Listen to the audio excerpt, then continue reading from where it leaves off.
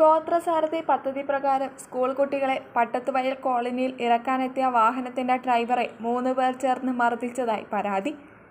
കാനംവയലിലെ നല്ലുകുന്നൽ ഷിജുവിനെയാണ് മർദ്ദിച്ചത്. പരിക്കേറ്റ ഷിജുവിനെ ചെറുപുഴയിലെ സ്വകാര്യ ആശുപത്രിയിൽ പ്രവേശിപ്പിച്ചു.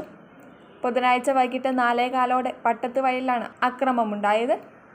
പട്ടത്തുവയൽ കോളനിയിലെ 4 കുട്ടികളെ ഇറക്കാനെത്തിയ വാഹനത്തിന്റെ ഡ്രൈവറായ തന്നെ മുൻവൈരാഗ്യത്തിന്റെ പേരിൽ മർദ്ദിക്കുകയായിരുന്നുവെന്ന് ഷിജു പറഞ്ഞു.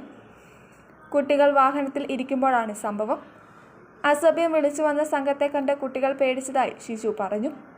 Kozhichal saint Augustine LP, Kozhichal government higher secondary എന്നീ സ്കൂളുകളിൽ നിന്ന് ഗോത്രസാരഥി പദ്ധതിയിൽ കാനംവയൽ, പട്ടത്തുവയൽ, കുണിയങ്കല്ല്, കോഴിച്ചാൽ എന്നിവിടങ്ങളിൽ നിന്ന് ST വിഭാഗത്തിൽപ്പെട്ട കുട്ടികളെ സർക്കാർ നിർദ്ദേശപ്രകാരം വാഹനത്തിൽ സ്കൂളിൽ എത്തിക്കുന്നതും തിരികെ കൊണ്ടുപോകുന്നതും ഷിജുവാണ്. നേരത്തെ വാഹനം തിരിക്കുന്ന സ്ഥലത്ത് ഇരുചക്ര വാഹനം പാർക്ക് ചെയ്തത് ഗതാഗത തടസ്സം ഉണ്ടാക്കിയതിനെ ചൊല്ലി തർക്കമുണ്ടായിരുന്നു. ഇതാണ് മർദ്ദനത്തിന് കാരണമായതെന്ന് ഷിജു പറയുന്നു.